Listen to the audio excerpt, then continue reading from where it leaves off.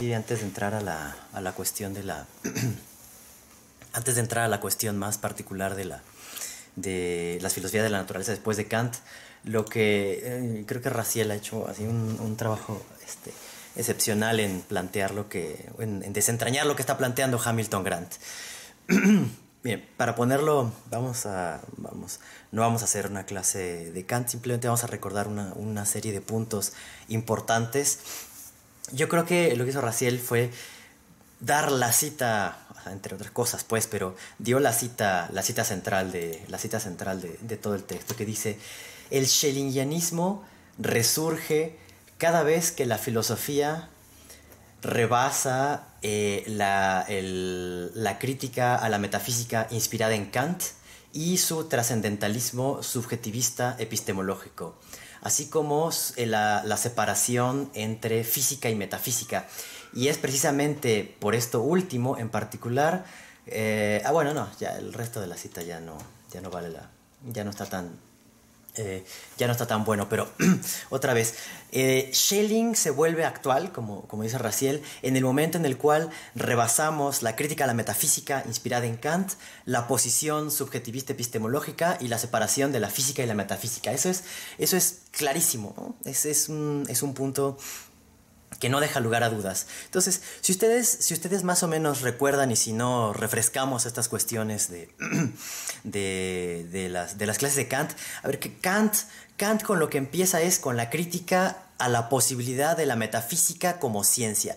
De ahí no es una crítica a la metafísica ni una crítica a la posibilidad de la metafísica, sino es una crítica a la posibilidad de la metafísica como ciencia. Y así es como tiene que ser entendida la posición kantiana, porque de ahí se derivan todas las ambigüedades, y también se puede explicar por qué Kant es tan querido, por un lado, por los continentales, y de ahí se inspiran la filosofía de la naturaleza y la filosofía del arte, y buena parte de la fenomenología, por ejemplo, de Richir con lo sublime. Y por el otro lado, ¿por qué es tan querido por los analíticos? Al menos donde esta separación se mantiene, porque Kant es metódico, científico, mesurado, una persona que nos lleva de la mano por el camino seguro de la ciencia. O sea, entonces, ¿cómo puede ser que Kant o sea, que sea el mismo Kant el que inspira estas versiones tan afectadas y aquejadas de ibris como el idealismo alemán? Y por el otro lado, a los acérrimos enemigos del idealismo alemán, que son los neokantianos, ¿no? del siglo XIX. O sea, ¿por qué Kant tiene esta relación tan ambigua frente a la metafísica, de tal manera que para algunos es como quien introduce el rigor de la ciencia en la filosofía, y por el otro no sigue siendo más que un viejo metafísico que intenta salvar por todos los medios las antiguas preguntas, que son las de Dios, la del hombre y la del mundo? Entonces, a ver, dice... Si seguimos la cita de Hamilton Grant, es, a ver, la filosofía de Schelling resurge cada vez que se trata de ir o cada vez que rebasamos la crítica kantiana a la metafísica. Bueno, ¿qué es la crítica kantiana a la metafísica? ¿O en qué consiste? Bueno, consiste en decir, no podemos conocer aquellos objetos dignísimos que nos propone la metafísica, que son Dios, el hombre y el mundo, y que están representados en las antiguas en esta antigua metafísica particular, que son la teología racional, la psicología racional y la cosmología racional. Eso más o menos lo deben tener claro. Dice, entonces, ¿cuál es el camino seguro de la ciencia? Y para eso está hecha la crítica de la razón pura. La crítica de la razón pura es definir cuáles son las condiciones a priori de lo que nosotros podemos conocer, de lo que nosotros podemos saber, de lo que constituye Wissen. No especulación, no fe o creencia, Glauben, sino lo que puede ser efectivamente conocido. Y eso va a constituir el ámbito de la ciencia. ¿Y cuál es ese ámbito de la ciencia? Bueno, aquella síntesis o aquello que pasa por dos componentes irreductibles, que son la sensibilidad y el entendimiento. El entendimiento son aquellos conceptos puros que nosotros poseemos y la sensibilidad es aquello que no viene de nosotros, sino que viene de las cosas y nos afecta de alguna manera, nos toca. Entonces, el conocimiento son, sí, el uso de todos nuestros conceptos, que es aquello que ha producido la metafísica, solo que el error de la metafísica ha consistido en aplicar esos conceptos a las ideas o a otros conceptos, no a sensibilidad o no a datos sensibles. Entonces, nosotros finalmente demostramos, dice Kant, que la metafísica es imposible como conocimiento, porque para tener conocimiento verdadero tenemos que aplicar nuestros conceptos a intuiciones sensibles, es decir, a lo que nos da el mundo. Entonces Kant siente que con eso le está haciendo justicia al empirismo y al racionalismo. Al racionalismo porque dice que estos conceptos efectivamente no están en la naturaleza, conceptos como la causalidad, particularmente, o la sustancia, no están en la naturaleza, eso es metafísica, están dentro de nosotros, están dentro de nuestro entendimiento y por eso es que podemos universalizarlos.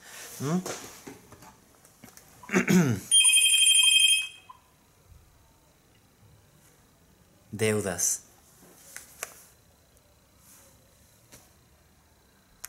¿Quién sabe? Creo que sí son deudas. Bueno. No, es que nos están cobrando unas cosas que el teléfono seguramente se lo dieron a otra persona. Bueno, alguien tenía nuestro teléfono. Sí, era Kant. Sí, era el espectro de Kant. Oh, coño. A ver, espérenme un segundo. Bueno. Sí. No, no, no. Te he equivocado. Camiones de La Vega.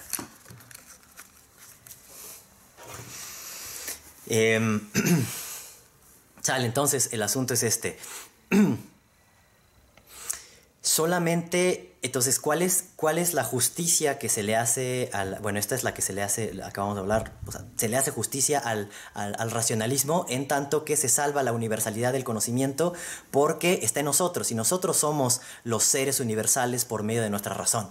Ahora, ¿cómo se le hace justicia de forma muy esquemática, cómo se le hace justicia al empirismo? Bueno, diciendo que efectivamente estos conceptos por sí solos no generan ningún conocimiento, sino solamente y en la medida en que, y sí, y solo sí, se aplican a la sensibilidad, es decir, aquello que reivindican los empiristas, que es la sensación.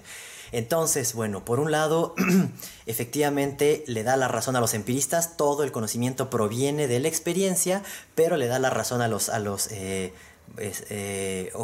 comienza con la experiencia, pero le da la razón a los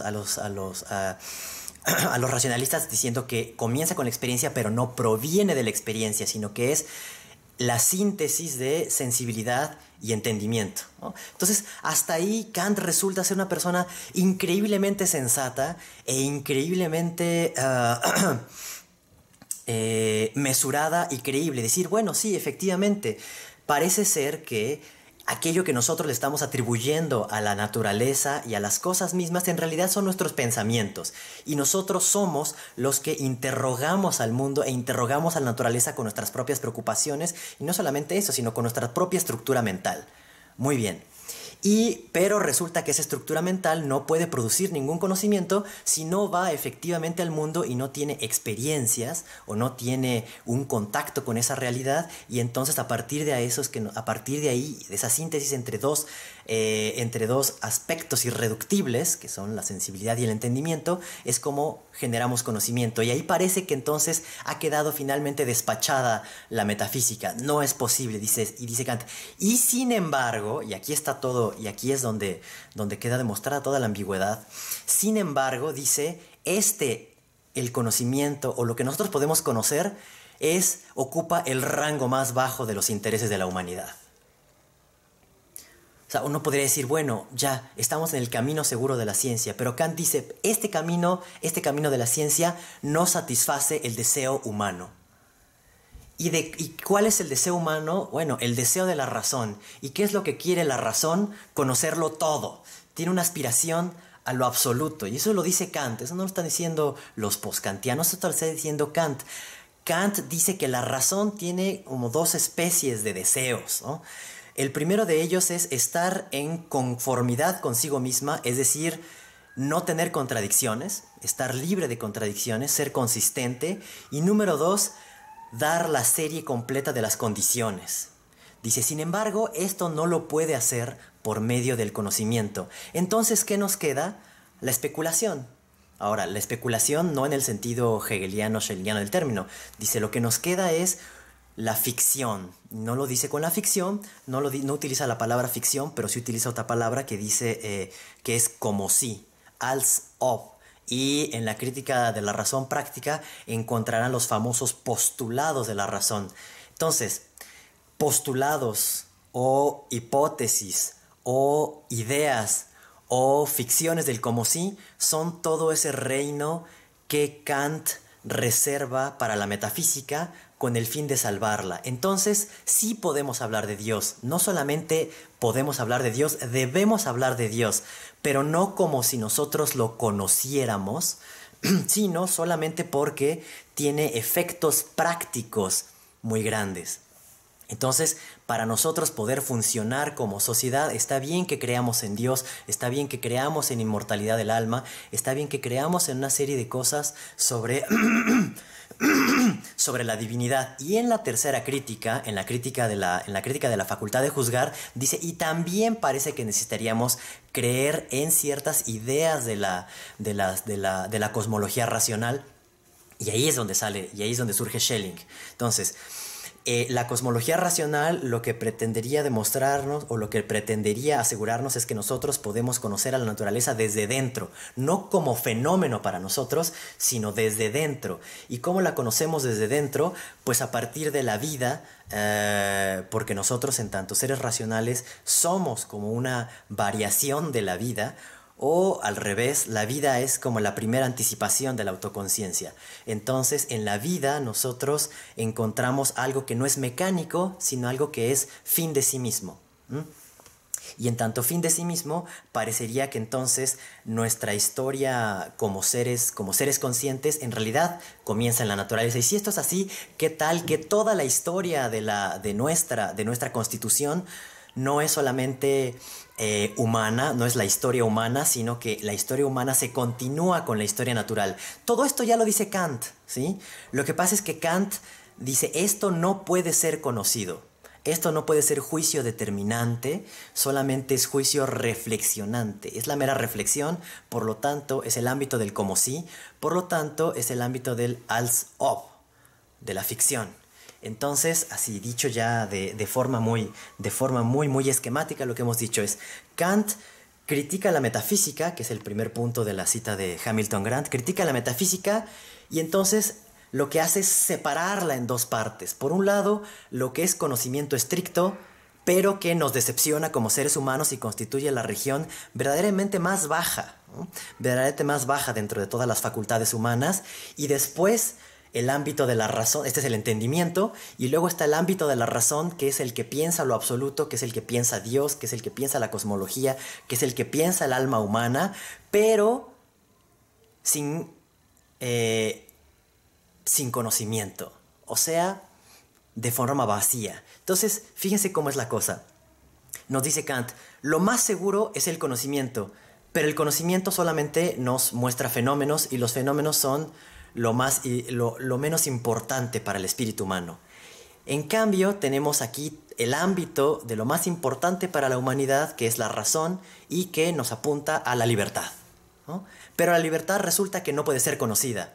¡Pum! Entonces nos deja con un conocimiento seguro pero insatisfactorio y con una metafísica satisfactoria o que nos da los objetos de nuestro deseo, pero nos los prohíbe en cuanto al acceso. Eso es lo que está haciendo Kant. Y esa es como la gran división que hace entre el conocimiento estricto y el conocimiento especulativo, o entre la reflexión y la determinación, que deja tan terriblemente insatisfechos a los idealistas postkantianos, porque entonces dice, ¿cuál es la certeza? Y aquí viene el otro punto, y lo diremos también rápido. ¿Cuál es la justificación de separar lo determinante y lo reflexionante? ¿Por qué podemos separar de manera tan clara la razón práctica de la razón teórica? la razón del entendimiento y cómo es que Kant está justificado a mostrar un dualismo tan radical que nos promete mucho y al final nos da muy poco. Bueno, en la propia crítica de la razón pura, Kant termina dejando en la oscuridad los dos fundamentos de su sistema. Y ese es el verdadero escándalo para los postkantianos. De hecho, en la correspondencia que tienen Hölderlin, Schelling y Hegel cuando acaban de salir, o bueno, creo que acaban de salir del Stift de Tubinga, dicen, a ver, lo que pasa es que Kant nos dio los resultados, pero no nos dijo cómo llegó a eso. Kant habla de una deducción trascendental de los conceptos puros del entendimiento, pero esa deducción no es ninguna deducción, o sea, no nos dice de dónde carajo surgieron esos conceptos del entendimiento. No nos dice tampoco históricamente por qué los tenemos nosotros y no los tenían los griegos. Y no nos dice tampoco cómo es que nosotros, seres racionales, también tenemos un cuerpo y también estamos encarnados y por qué podemos conocer la naturaleza. Dice, no hay...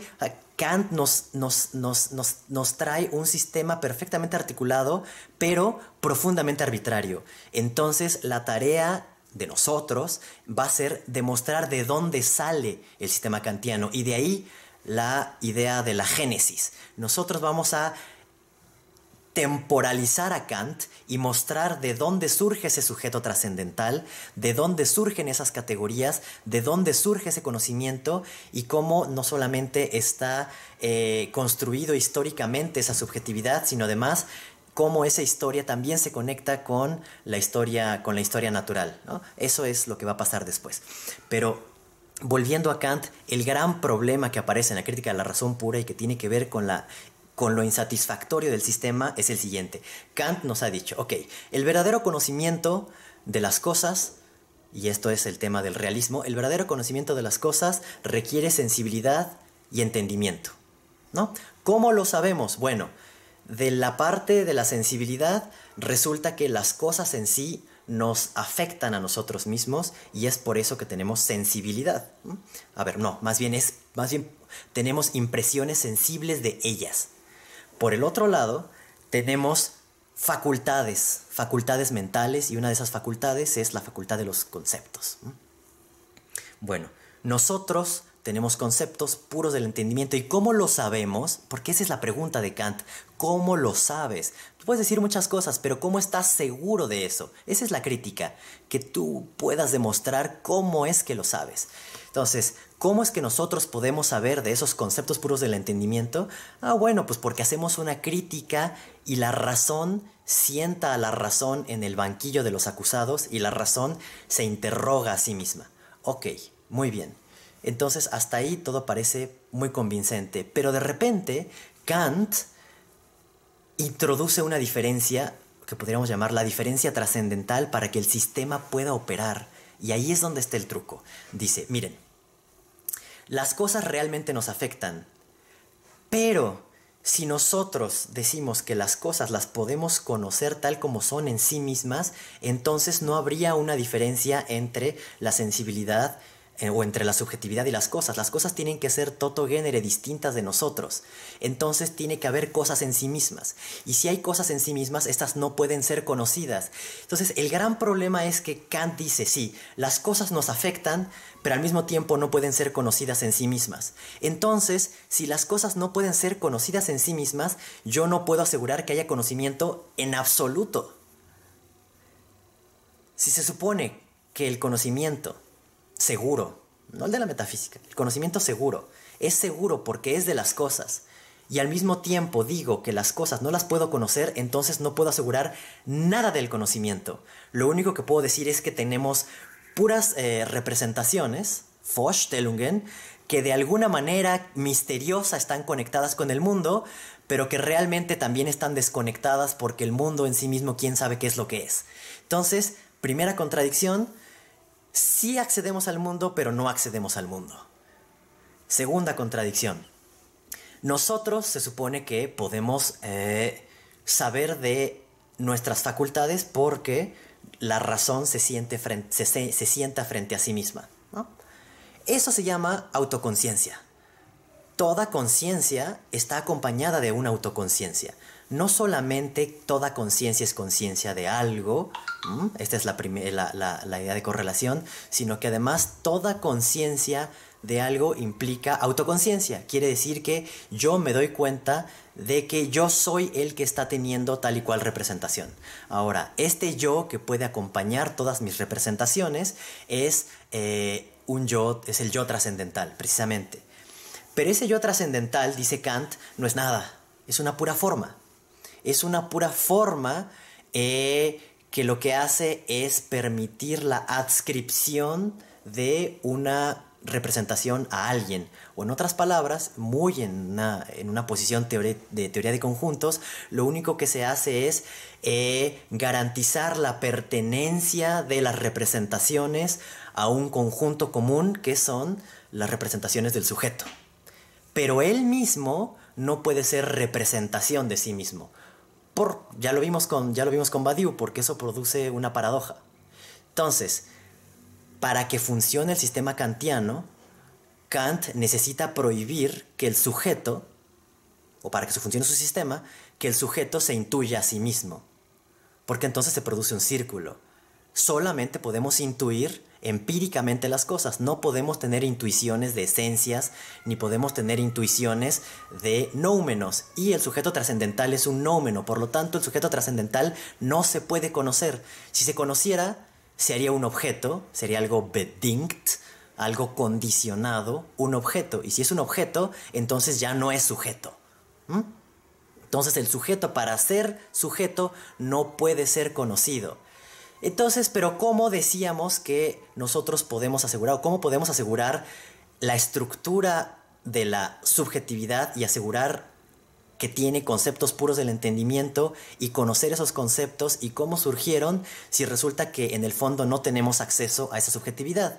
Entonces, segunda contradicción, no tenemos acceso a esa subjetividad porque es una subjetividad trascendental, pero sí tenemos acceso a esa subjetividad porque la estamos de hecho conociendo, y la crítica es eso, una comparecencia de la razón frente a sí misma.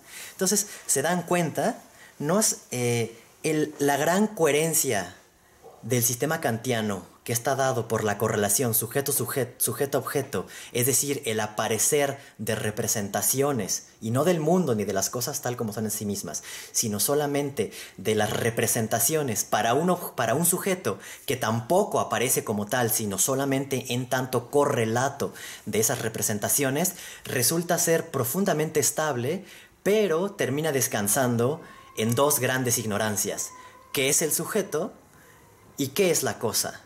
Y entonces eso deriva en la imposibilidad de hacer una verdadera crítica de la razón y en la imposibilidad de que el conocimiento sea conocimiento real, es decir, conocimiento de algo. Entonces, esta es la contradicción, y lo que hace Hamilton Grant, y también lo que está haciendo Meliassou, es mostrar cómo esta idea de que el terreno seguro de la filosofía es la correlación, y que este lugar llamado correlación se extiende hasta Husserl. Ellos no hablan de Husserl, ¿no? Hablan más bien de Heidegger, pero en realidad se extiende hasta Husserl, porque es Husserl el que formaliza esta correlación kantiana, y la llama así. ¿Cómo accedemos a esa región absoluta? Y eso va a ser precisamente el absoluto. Esa región absoluta es alcanzada en la fenomenología por medio del epogé. En el epogé lo que pongo en cuestión es precisamente la trascendencia del mundo, es decir, las cosas en sí. La creencia en las cosas en sí la desconecto, pero también desconecto cualquier supuesto conocimiento respecto a la estructura de la subjetividad. Yo no voy a hablar del sujeto, ni tampoco voy a hablar de autoconciencia. De lo único que voy a hablar es de ese correlato, de cómo aparecen las cosas y cuáles son, o sea, esos son los contenidos objetivos, y cuáles son los correspondientes actos, ¿no? Que, de esas noesis, su correlato en los noemas, que son las diferentes cogitaciones, que son percibir, pensar, imaginar, representar en general. Entonces, Husserl incluso hace famosa este a priori, esta correlación a priori o el a priori de correlación. Aparece por ahí claro, se llama, o sea, ese a priori de correlación se llama intencionalidad. Es esa idea de que toda conciencia es conciencia de algo y fuera de eso no puedo decir nada. Pero, y esta es la siguiente tesis de Hamilton Grant, que es muy interesante, Husserl no lo dice así, ¿no? Pero vamos a ponerlo más o menos. Lo que dice es que la fenomenología trascendental husserliana termina siendo arrastrada a los mismos problemas que la filosofía trascendental kantiana. Es una tesis muy interesante, es una tesis de repetición. Parece que a Husserl poco a poco le van surgiendo los problemas que él creía haber solucionado. O sea, cuando él empieza a descubrir, por ejemplo, en las lecciones sobre la conciencia y sobre todas sus discusiones sobre la conciencia interna del tiempo, resulta que ya ahí no hay un correlato objetivo. Se trata de que lo único que hay ahí es la conciencia fluyente o el flujo absoluto de la conciencia. Pero ¿cómo haces para que ese flujo tenga una unidad y ese flujo sea experiencia del tiempo y que no solamente esté en el tiempo, sino no que la vivencia esté en el tiempo, sino que haya vivencia del tiempo? Pues resulta que tiene que ser una autoconstitución. Pero si ese flujo no constituye nada objetivo y se está solamente constituyendo a sí mismo sobre el tiempo, entonces ¿cómo aseguramos que ese flujo no se le esté escapando a sí mismo, se le esté escapando todo el tiempo a sí mismo? Entonces ahí tiene que hablar de autoconciencia. Tiene que hablar de cómo ese ego trascendental ya no constituye objetos, sino se constituye a sí mismo de manera originaria, y eso es autoconciencia, ¿no? Pero también se da cuenta que es autoconciencia, puesto que no constituye nada tético, nada que aparezca, ninguna representación. Entonces resulta que ese flujo absoluto de la conciencia es la vida, es la vida misma, y esa vida misma no comienza con la conciencia, sino es prerreflexiva. Entonces, si se dan cuenta, Husserl está ahí arrojado al problema del inconsciente y al problema de la prehistoria del yo.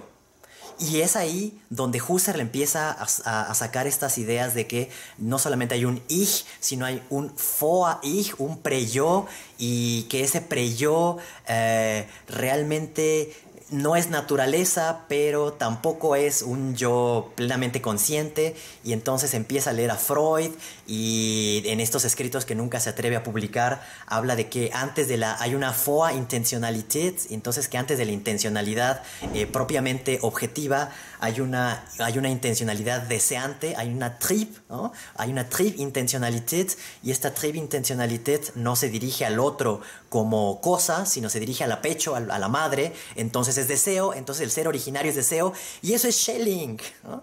Eso es absolutamente Schelling. Entonces el propio Husserl parece que descubre todos los problemas de la filosofía, o varios de los problemas de la filosofía de la naturaleza. Lo que pasa es que todo esto no lo publica y no se atreve a publicarlo porque sabe que son caminos muy espinosos. Entonces, el siguiente punto en esta historia es Heidegger, y Heidegger lo que hace es, en vez de seguirle la pista a todos esos problemas husserlianos que pondrían en cuestión la suficiencia de la a priori de correlación, o de la correlación entre el ser y el pensar, lo que hace es profundizar, según él, en la correlación, es decir, encontrar una correlación todavía más originaria. Y la historia de la fenomenología va a ser esa, la búsqueda de la correlación más originaria, pero nunca la puesta en duda de la correlación. Y creo que el primero que lo hace es, paradójicamente y justamente, Husserl, en sus escritos, y de muchas maneras, y con la síntesis pasiva, y con la intersubjetividad, y con el problema de las otras mentes animales. O sea, todo eso son problemas de lo que rebasa la esfera de la inmanencia.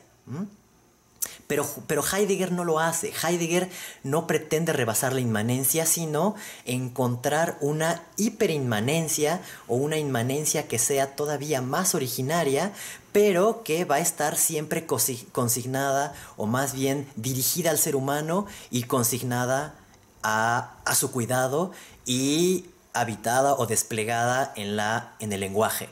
Y eso no es Husserl, ¿no? Husserl no es del giro lingüístico, y Husserl no pretende atrapar el sentido ni el ser en su manifestación como sentido y sentido como lenguaje. Entonces, este es el primer punto de la cita de Grant, de la crítica a la metafísica. Y la segunda es el trascendentalismo subjetivista epistemológico. El trascendentalismo subjetivista epistemológico es la correlación, es todo lo que hemos dicho de la correlación. Y esta correlación está fundada, en última instancia, sobre una separación de la física de la metafísica. Si algo intenta hacer Kant, es sacar toda la física de la especulación y dejarla simplemente como ciencia. Lo que hace Husserl también es sacar la física, dejar solamente los asuntos que conciernen a la humanidad, que son sus ideas o la historia de las ideas, su historicidad, la idealidad de la historia y la historicidad de las ideas. Y lo que hace Heidegger es también eso, ¿no? Hacer una historia del ser, que es la historia de la filosofía, que es la historia de Occidente. Pero ahí lo que está cercenado radicalmente es la naturaleza. La naturaleza como objeto de interrogación, la naturaleza como aquello que tiene un ser propio y en última instancia que tiene autonomía.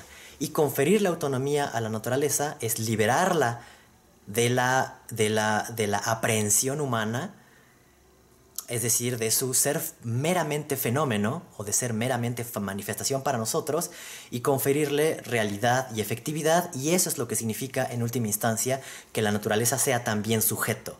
No es animar la naturaleza como si fuera un dios o como si fuera un panteísmo mitológico, sino conferirle a la naturaleza independencia. ¿Y quién es ese primero que le dio autonomía a la naturaleza?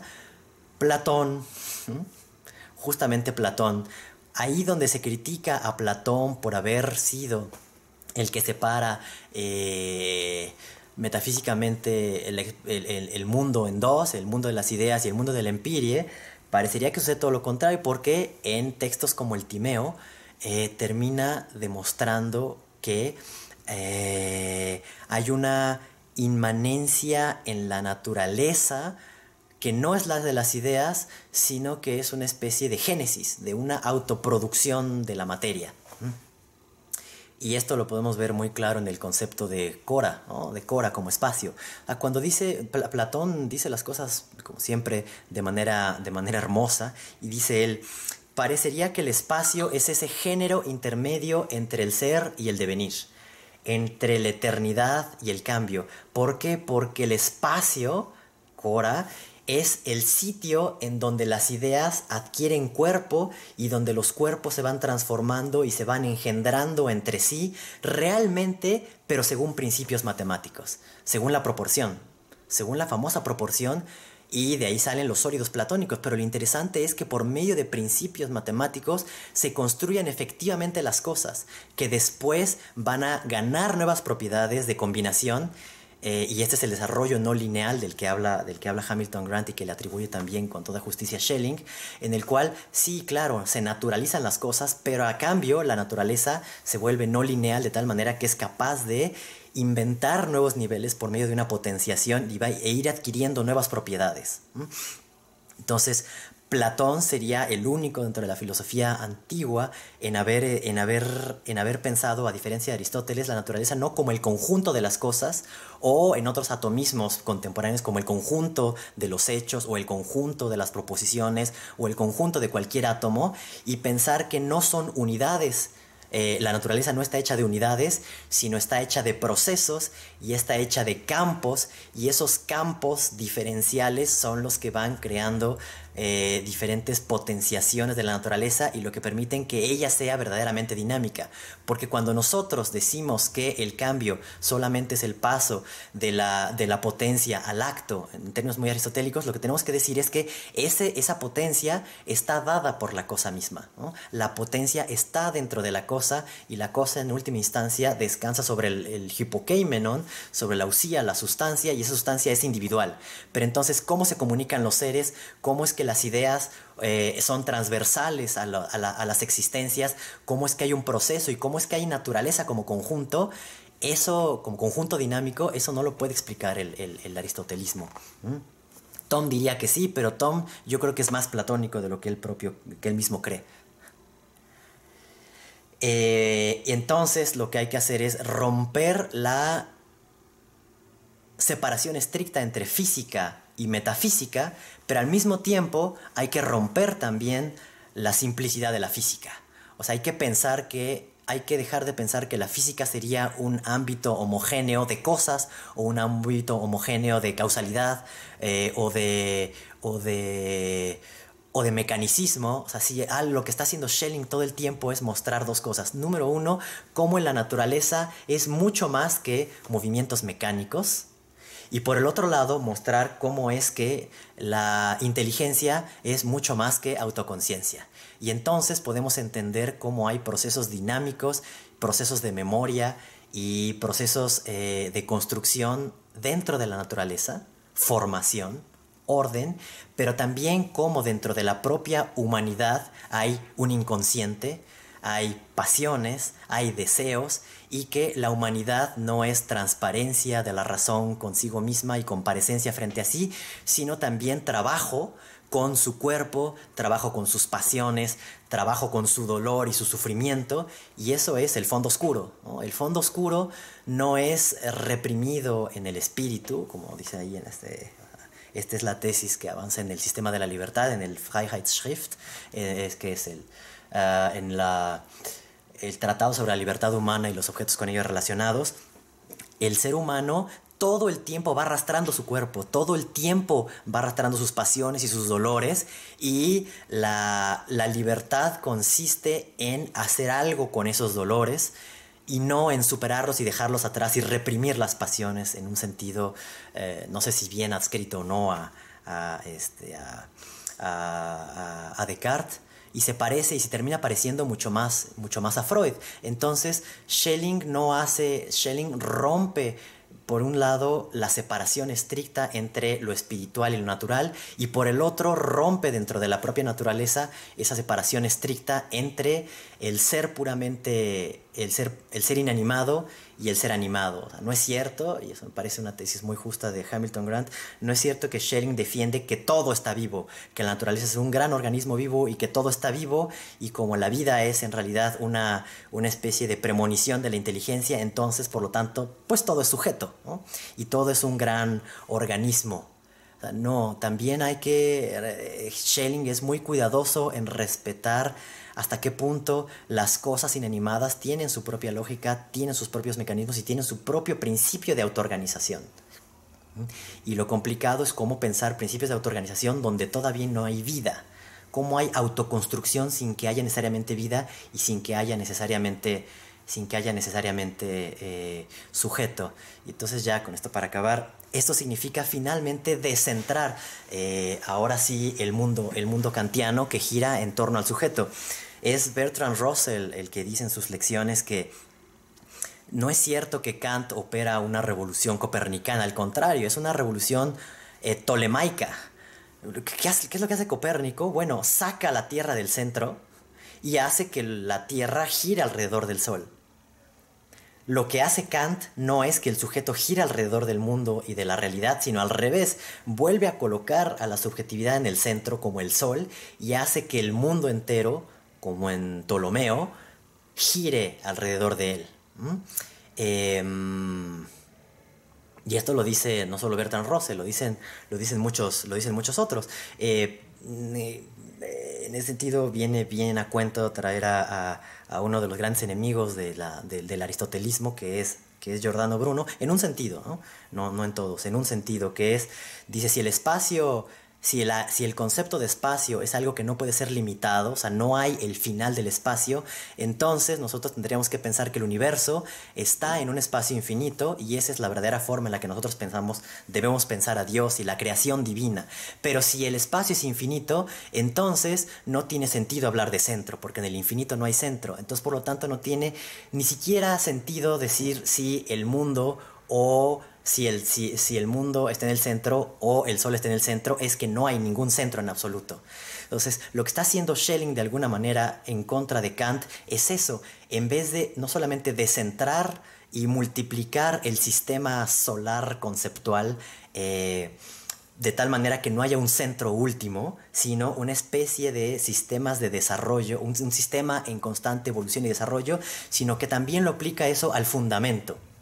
Es decir, el fundamento no es aquello sobre lo cual todo descansa, sino que el fundamento mismo está en movimiento y el fundamento mismo está en un estado de potenciación de tal manera que va cambiando sus propias reglas, lo cual es verdaderamente alucinante. En las edades del mundo, cuando habla de la génesis de Dios, de lo que está hablando es de la historia del fundamento. Y cómo el fundamento nunca opera siempre de la misma manera, ni tampoco está asegurada su unidad de manera eterna. O sea, que el fundamento vaya cambiando es lo que permite que de repente haya seres inanimados y de repente seres medio animados y de repente la vida y de repente la inteligencia y de repente autoconciencia. Es porque el propio fundamento va operando de manera distinta. Entonces, dice otros han notado cómo esta revolución tolemaica, este regreso tolemaico en Kant, opera también en Husserl, en cuanto él hace en sus últimos escritos de La Tierra no se mueve, ya no hace la subjetividad, la correlación absoluta, pero sí la hace la Tierra, ¿no? La Tierra sería como esa especie de ego ensanchado en ciertos límites naturales, que es nuestra tierra y es nuestra patria y verdaderamente constituye nuestro mundo. Pero en Schelling no hay mundo. Ese es el asunto. Es mucho más abismático porque cada vez que decimos que hay mundo, se inventa otra etapa y hay otra potencia y lo que opera como fundamento en una escala no es el fundamento en otra escala. Y si nosotros queremos decir que la Tierra es nuestro fundamento, bueno, podríamos decirlo, pero eso no querrá decir que eso es la última palabra de la última palabra de la filosofía. Y en última instancia, Heidegger hace lo mismo. Cuando habla del alfarero y de los poetas, y del mundo y la cuaternidad de los hombres y los mortales y de la tierra, de la Erde, siguen buscando cuál es esa correlación originaria, cuál es la patria trascendental de la subjetividad, donde las cosas se presentan por primera vez y con toda su legitimidad, y a partir de lo cual todo lo demás se desarrolla. Y lo que hace Schelling no es decir que ese fondo es abismático, sino que es doblemente abismático porque es un abismo que además, al dividirse, él mismo va produciendo una serie de abismos en cada una de sus potencias o en cada una de sus épocas, como diría Schelling. Y entonces, ahora sí, nos puede explicar Raziel. Perdón, ya me conocen, ¿no? Ya me conocen como... Cuando ya llega el café, ya no me puedo detener. Y ahora sí nos puede explicar Raziel qué pasa con las filosofías de la naturaleza después de Kant. ¿Sí? Perdón, sí, quedó claro. Sirvió más o menos así como el plumazo de Kant a Schelling. ¿Les refrescó o se las refresqué? No. No. Más o menos se orientaron en dónde está Kant, se orientaron respecto a la discusión entre empiristas y racionalistas, por qué es tan tenso Kant, por qué promete y no cumple, por qué resulta tan ambiguo, por qué es querido por enemigos históricos dentro de la filosofía y por qué Schelling resulta una figura tan potente ahora. O sea, finalmente la tesis de todos los realistas especulativos es que somos kantianos. Seguimos siendo profundamente kantianos porque no hemos interrogado suficientemente qué es lo que entendemos por trascendental y porque seguimos pensando que la filosofía se agota en pensar la correlación más originaria entre sujeto y objeto, como quiera que se la piense.